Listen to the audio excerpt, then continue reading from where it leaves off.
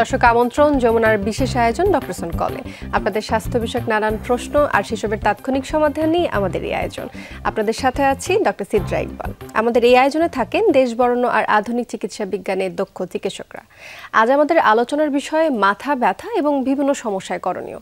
আলোচনার জন্য আমাদের সাথে অতিথি হিসেবে আছেন নিউরোসার্জন বিশেষজ্ঞ ডাক্তার মোহাম্মদ সানাউল্লাহ শামীম, সহকারী অধ্যাপক, চট্টগ্রাম মেডিকেল কলেজ ও হাসপাতাল। আমাদের বিশেষজ্ঞ চিকিৎসকের পরামর্শ পাওয়ার জন্য ফোন করুন 982405 নম্বরে। স্যার, আপনাকে স্বাগত জানাচ্ছি ডক্টর সন কলে। Thank you. স্যার, মাথা ব্যথা এবং বিভিন্ন সমস্যা করণীয় এই বিষয়ে কথা বলবো। মাথা ব্যথা হয়নি এরকম মানুষ আসলে খুঁজে পাওয়া যাবে না। জীবনের কোনো না কোনো এক পর্যায়ে সবারই মাথা ব্যথা হয়, কিছু ক্ষেত্রে অনেক বেশি হয়, কারো কারো হয়তোবা একটু কম হয়। এবং মাথার যে কোনো সমস্যা নিয়ে কিন্তু আমাদের মধ্যে একটা চিন্তা কাজ করে যে এটা আসলে কেন হচ্ছে বা কি। তো আমি একটু শুরু করি মাথা ব্যথা নিয়ে। মাথা ব্যথার নানান ধরন রয়েছে, যতটুকু আমি জানি এক এক ধরনের মাথা ব্যথার এক এক রকম সিমটমস থাকে, এক একটা ধরন থাকে।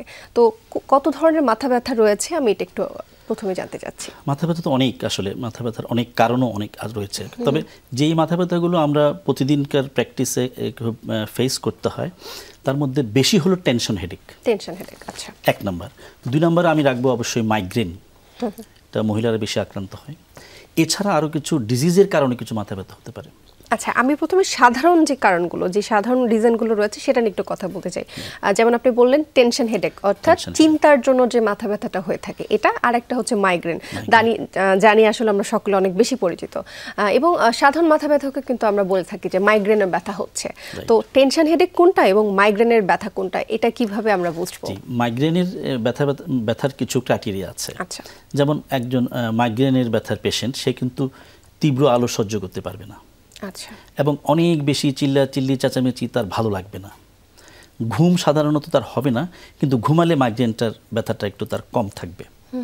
আর টেনশন যেটা হেডেক আমরা বলি, সেটা হচ্ছে যে তার আগে কোনো সময় মাথা ব্যথা ছিল না, তার একটা টেনশনের এপিসোড যাচ্ছে, তখন তার মাথা ব্যথাটা হয়। আবার যখন সে রিল্যাক্স হয়, টেনশনটা চলে যায়, তখন তার মাথা ব্যথাটা থাকে না। এভাবেই আমরা কিন্তু মূলত আইডেন্টিফাই করি। আরও ধরুন কিছু জটিল মাথা ব্যথা আছে, যেমন ধরেন কারো ব্রেইন টিউমারের জন্য মাথা ব্যথা হচ্ছে। সেটা কিন্তু একদম স্পেসিফিক, পেশেন্টকে জিজ্ঞেস করলে সে বলবে দিনের বেলা মাথা ব্যথা থাকে না, সকালে ঘুম থেকে ওঠার আগেই তার মাথা ব্যথা হয় এবং সকালে মাথা ব্যথায় তার ঘুমটা ভেঙে যায়। তখন সেটা বুঝে নিতে হবে যে এটা সিভিয়ার কারণ, যে তার এই ব্রেইন টিউমারের কারণ। এছাড়া আছে যে কিছু এমন একটা মাথা ব্যথা, তার জীবনে এ ধরনের মাথা ব্যথা হয় নাই, জীবনে ফার্স্ট টাইম এত সিভিয়ার, এত তীব্র মাথা ব্যথা তার হয়েছে। সেটা হচ্ছে যে একটা মস্তিষ্কে রক্তক্ষরণজনিত সাবআরাকনয়েড হিমোরেজ, মস্তিষ্কে একটা রক্তনালী ছিঁড়ে, এটা সাবআরাকনয়েড হিমোরেজ বলি। সেই মাথা ব্যথাটা একদম স্পেসিফিক, এত সিভিয়ার এবং লাইফ টাইম ফার্স্ট টাইম। সেটা ধরনটা কেমন হয়, কি ধরনের তীব্র মাথা ব্যথা, মানে থান্ডার ক্ল্যাপ, বজ্রপাতের মতো মাথা ব্যথা হবে এবং জীবনে একবারই হবে, এবং এত তীব্র মাথা ব্যথা সে আগে কোনো সময় ফেস করে নাই। এটা হলো খুবই অ্যালার্মিং এবং এই মাথা ব্যথাটাকে কোনোভাবেই ইগনোর করা যাবে না। এবং এটা যদি 2-3 দিনও ইগনোর করা হয়, এটা কিন্তু তার জীবন সংহার করে নিতে পারে। তো মাথা ব্যথার ধরনগুলি বুঝে আসলে সবাইকে একটু সচেতন হতে হবে আসলে। জি, সেই অনুযায়ী হচ্ছে ট্রিটমেন্ট নিতে হবে। তো টেনশন হেডেক নিয়ে একটু প্রথমে জানতে চাচ্ছি। টেনশন হেডেক সাধারণত বেশি মানুষের হয়ে থাকে, যেহেতু সবারই জীবনে কোনো না কোনো চিন্তা রয়েছে। তো যাদের টেনশন হেডেক থাকে তাদের জন্য আপনার কি থাকবে, আমি পরামর্শ থাকবে সেটা জানবো। তবে একজন দর্শক আমাদের জন্য অপেক্ষা করছেন, তারপর আমি আবারও ফিরছি এই আলোচনায়। দর্শক, কে বলছিলেন, কোথা থেকে বলছিলেন, নাম বলে প্রশ্ন করুন। দর্শক, আপনি কি আমাদের শুনতে পাচ্ছেন? আমি নোয়াখালী থেকে বলতেছি, আমার নাম মোহাম্মদ সুমন। জি সুমন, আমরা শুনতে পাচ্ছি, আপনার প্রশ্নটি করুন। যে আমার প্রশ্নটা হচ্ছে 6-7 মাস হবে আমার মাথা প্রচন্ড জ্বলে সব সময়। আচ্ছা স্যার, আপনার কোনো প্রশ্ন থাকলে আপনি প্রশ্ন করবেন। জি সুমন, আপনি কি আমাদের শুনতে পাচ্ছেন? জি বলেন। জি, আমার সমস্যাটা হচ্ছে, বলছি যে মাথা প্রচন্ড জ্বলে, মনে হয় যে মাথার উপর আগুন জ্বলতেছে, এরকম কিছু হয়। মানে সব সময় হয় না, মাঝে মধ্যে সন্ধ্যার পরে এরকম হয়, রাতের 10টা 10:30 এরকম হয়ে যায়। কতদিন ধরে হচ্ছে এটা? কতদিন ধরে হচ্ছে? প্রায় 6-7 মাস হয়ে গেছে এরকম হবে। আচ্ছা, আপনি কি প্রেশারের ওষুধ খান? প্রেশার, ডায়াবেটিস এগুলি কিছু আছে? প্রেশার উঠানামা করে আর কি। প্রেশার কত থাকে? 100/160 এরকম থাকে। 180 এরকম হয়ে যায়। সুমন, আপনার বয়স কত? আমার বয়স 26। আচ্ছা স্যার, কোনো প্রশ্ন আছে? জি সুমন, আপনাকে ধন্যবাদ যে আপনি আসলে আমাদের পরামর্শ নিতে চাচ্ছেন। আপনি যে প্রেশারের বর্ণনা দিয়েছেন, আপনি কিন্তু উচ্চ রক্তচাপে ভুগছেন। 180/100 এটা ডেফিনেটলি অনেক বেশি রক্তচাপ, এবং আমরা মনে করছি এখান থেকে যে আপনি উচ্চ রক্তচাপের চিকিৎসাটা গ্রহণ করলেই আপনার মাথা ব্যথা এবং মাথার যে জ্বলা এটা কমে যাবে। সাথে আপনি একটু ডায়াবেটিসটা চেক করে নেবেন, অর্থাৎ আপনি একজন রেজিস্টার্ড চিকিৎসকের সাথে আজকেই দেখা করেন। তবে আপনার দুশ্চিন্তা নেওয়ার দরকার নেই, আপনি খুব সহজেই কিন্তু এখান থেকে পরিত্রাণ পেতে পারেন। একজন রেজিস্টার্ড চিকিৎসকের কাছে গিয়ে আপনি ব্লাড প্রেশার ম্যানেজ করলেই আপনার ইনশাআল্লাহ মাথা ব্যথা কমে যাবে। এবং এটা উচ্চ রক্তচাপ থেকে কিন্তু হচ্ছে মাথা ব্যথা হয়ে থাকে। আশা করছি আপনার উত্তরে উনি উপকৃত হয়েছেন। সময় হচ্ছে একটি বিরতির, তারপরে আমি আবারও ফিরছি আলোচনায়। দর্শক, ডক্টরস অন কল অনুষ্ঠানে নিচ্ছি ছোট্ট একটি বিরতি, আমাদের সাথেই থাকুন।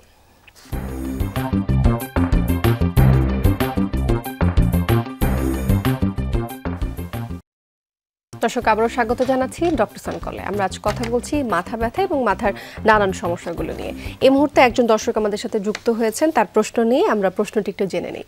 দর্শক, কে বলছিলেন, কোথা থেকে বলছিলেন, নাম বলে প্রশ্ন করুন। আমি নীলফামারী থেকে বলছি, ডিমলা উপজেলা। জি, মোহাম্মদ মুকুল হোসেন, আমার স্ত্রীর নাম শেফালি বেগম। জি মোহাম্মদ মুকুল হোসেন, শুনতে পাচ্ছি, প্রশ্নটি করুন। হ্যাঁ, শেফালি বেগম প্রায় 20 বছর থাকিয়া তার মাথা ব্যথা, কারণ আমার 4টা মেয়ে, বুঝছেন? জি, 4টা মেয়ে, সর্বশেষ মেয়েটা, ছোট মেয়েটা যখন জন্ম হয় তখন পর থেকে মাথা ব্যথা, টেনশন করতে করে মাথা ব্যথা। এখন 20 বছর, মেয়ের বয়স এখন 18-20 বছর, ভার্সিটির পরীক্ষা দিচ্ছে। আচ্ছা, উনি কি কোনো ওষুধ খান বা প্রেসার ডায়াবেটিস কিছু আছে? থাইরয়েড ওষুধ খায়, আর ডাক্তার বলছে যে হরমোনের সমস্যা, থাইরয়েড ওষুধ খায়। আচ্ছা আচ্ছা স্যার, প্রশ্ন আছে, এটা কন্টিনিউ করছে। আচ্ছা, আর ঘুমের ওষুধ খায় কন্টিনিউ। তারপরও মাথা ব্যথা, তাই তো? হ্যাঁ হ্যাঁ, ঘুমের ওষুধ খায় কন্টিনিউ। তারপরও মাথা ব্যথা থেকে যায় না? মাথা ব্যথা, হ্যাঁ, মাথা ব্যথা থাকে না, কয়েকদিন পর পর আবার প্রচন্ড মাথা ব্যথা হয়। 24 ঘন্টা মাথা, 24 ঘন্টা 72 ঘন্টার পর আপনি মাথা ব্যথাটা আরাম হয়। জি আপনাকে ধন্যবাদ। দীর্ঘদিন যেহেতু মাথা ব্যথা, প্রায় 20 বছর মাথা ব্যথা, খুব সিরিয়াস কোনো কারণ আমরা সন্দেহ করছি না। তারপরও একটা মানুষের এতদিন ধরে মাথা ব্যথা, তার এটা অ্যাড্রেস করা উচিত, কনফার্ম করা উচিত। এটা সিটি স্ক্যান, ব্রেইন পরীক্ষাটা আপনারা করাই নেন। নীলফামারীতে সিটি স্ক্যান থাকবে, না হলে একটু রংপুর, বগুড়া এসব জায়গায় বা আপনাদের আশেপাশে যেসব জেলা আছে সেখানে একটা সিটি স্ক্যান করে ডায়াগনোসিসটা কনফার্ম করে ফেলা উচিত। যেহেতু উনি থাইরয়েডসের ওষুধ খান, নিশ্চয়ই প্রেশার নাই। প্রেশার তো যেহেতু থাইরয়েডসের ওষুধ যে ডাক্তার দিছে, প্রেশার থাকলে উনি তা দিতেন। তাহলে প্রেশার যেহেতু ওনার নাই, টেনশন ওনার আছে, ওনাকে একটু টেনশনের ওষুধ খেতে হবে। আর আপনাকে দায়িত্ব নিতে হবে ওনার টেনশনটা কমানোর জন্য। আপনাদের ঘরের যেহেতু মূল গার্ডিয়ান, কী কারণে উনি টেনশন করছেন বিষয়টাকে অ্যাড্রেস করতে হবে এবং সেগুলো দূরীভূত করতে হবে। ওনাকে সাপোর্ট দিতে হবে, মেন্টাল সাপোর্ট দিতে হবে। আর ওই যে সিটি স্ক্যান অফ ব্রেইন পরীক্ষাটা একটু করে ফেললে ভালো হয়। জি, উনি যেহেতু নীলফামারী জেলাতে থাকছেন, আশেপাশে অবশ্যই হচ্ছে কোনো না কোনো ভালো একটা সরকারি মেডিকেলে গিয়ে সেখানে একজন নিউরোসার্জারিতে বা নিউরোলজির একটা ডিপার্টমেন্টে গিয়ে দেখালে আসলে তারা এটা তাৎক্ষণিকভাবে সমাধান দিতে পারবেন। স্যার, আমাদের সময় হচ্ছে আরেকটি বিরতির, তারপরে ফিরছি আবার আলোচনায়। দর্শক, ডক্টরস অন কল অনুষ্ঠানে নিচ্ছি আরেকটি বিরতি, সাথেই থাকুন।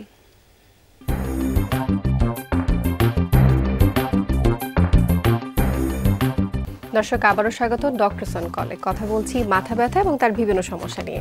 এই মুহূর্তে আরেকজন দর্শক আমাদের সাথে যুক্ত হয়েছেন। স্যার, ওনার প্রশ্নটি আমরা নিয়ে নিই। আর দর্শক, কে বলছিলেন, কোথা থেকে বলছিলেন, নাম বলে প্রশ্ন করুন। আসসালামু আলাইকুম, আমি কামিয়া রহমান ঋতু, নেত্রকোনা থেকে বলছি। জি তানি, আমরা শুনতে পাচ্ছি, আপনার প্রশ্নটি করুন। ক্লাস 10 এ পড়ি। জি জি, আমি সন্ধ্যার দিকে যখনই পড়তে বসি আমার প্রচুর মাথা ব্যথা হয়, আমি মাথা নিচু করে পড়তে পারি না। আচ্ছা, যে আমার পূর্বে পলিপের সমস্যা আছে এবং আমার সারা বছরই ঠান্ডা লেগে থাকে। এখন মাথা ব্যথা, ডাক্তার দেখাইছিলাম, বলছে মাইগ্রেনের প্রবলেম নাই, কিন্তু এই মাথা ব্যথা আমার কোনোভাবেই কমছে না। মাথা নিচু করে পড়লে প্রচুর মাথা ব্যথা হয়। আপনাকে ধন্যবাদ জানাচ্ছি আমাদেরকে ফোন করবার জন্য। আমাদের সাথে যুক্ত থাকুন আপনার উত্তরের জন্য। স্যার, উনি জানালেন ওনার বয়স 16, ক্লাস 10 এ পড়েন। ধন্যবাদ। উনি ক্লাস 10 এ পড়েন, আগামীবার পরীক্ষা দিবেন। পড়াশোনার চাপটা একটু বেশি, তবে মাইগ্রেন নাই, একজন ডাক্তার ডায়াগনোজ করে দিয়েছেন, এটা ভালো।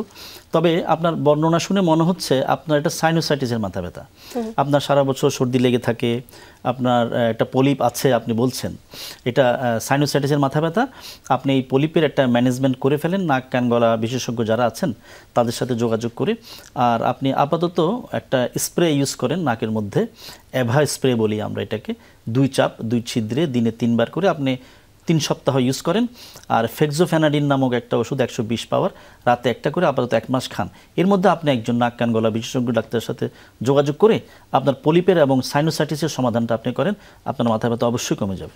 আপনার জন্য অনেক অনেক শুভেচ্ছা থাকলো, সামনে এসএসসি পরীক্ষা রয়েছে, ওনার জন্য শুভেচ্ছা থাকছে।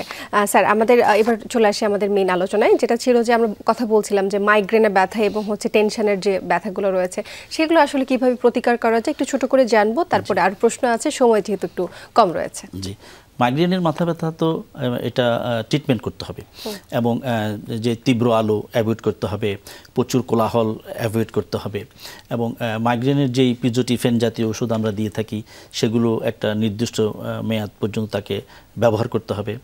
তীব্র মাথা ব্যথা হলে প্যারাসিটামল জাতীয় ওষুধ খাবে, তাতে না হলে মাইগ্রেক্স বা টাফনিল জাতীয় ওষুধগুলো খাবে, টলফেনামিক অ্যাসিড এগুলো খাবে, একসময় এটা চলে যায়, যেহেতু এটা তেমন কোনো ক্ষতি করে না।